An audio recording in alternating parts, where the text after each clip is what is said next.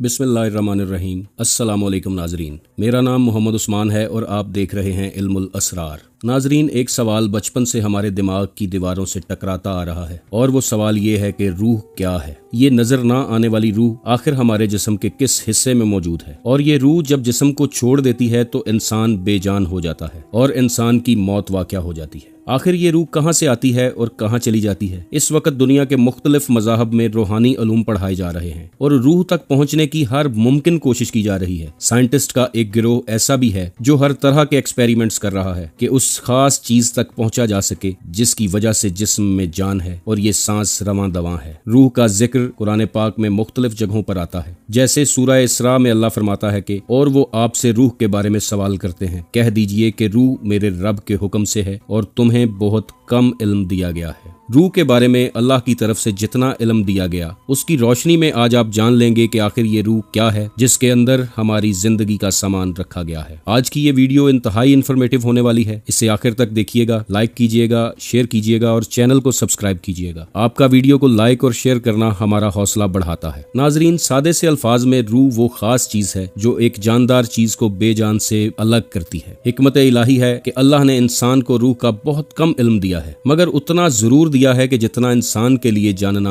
जरूरी था। वरना अगर ये इंसान रूह से मुकम्मल तौर पर आशना हो जाता तो शायद इंसानी दिल, किडनीज, लंग्स और लीवर के बाद रूह भी मार्केट में स्मगल होने लगती। रूह अमरे रबी है और अल्लाह के राजों में से एक राज है। जहाँ तख्लीक आदम का वाकया कुरान में दर्ज है, वहाँ अल्लाह फरिश्तों से कहता है कि जब मैं आदम के मुजस्मे को दुरुस्त कर लूं और इसमें अपनी रूह फूंक दूं, तुम इसके आगे सजदा रेज हो जाना। यानी कि रूह वो खास चीज है कि जिसकी बदौलत फरिश्तों ने इंसान को सजदा किया। ये वही खास चीज है जो बनी आदम को दूसरी मखलूकात से मुमताज और अफजल बनाती है। नाजरीन, आप ये जानकर हैरान होंगे कि रूह की भी मुख्तलिफ इकसाम है। ये रूह पत्थरों, पेड़ पौधों और जानवरों में भी मौजूद होती है। यही वजह है कि इन पत्थरों ने रसूलुल्लाह सल्लल्लाहु अलैहि वसल्लम के सामने कलमा पढ़ा और आपने फरमाया कि ओहद पहाड़ मुझसे मोहब्बत करता है, और मोहब्बत सिर्फ वही चीज कर सकती है जिसमें रूह जलवागर हो। यही वजह है कि पेड़ पौधे आप अलैहिस्सलातु वस्सलाम के साथ चलने लगते थे और जानदार आपसे बातें किया करते थे। रूह को समझने के लिए इंसान की पैदाइश पर गौर करना होगा। माँ की पेट में सबसे पहली स्टेज नुत्फे की है जिसमें रूह जमादी होती है। ये वो रूह है जो पत्थरों में पाई जाती है।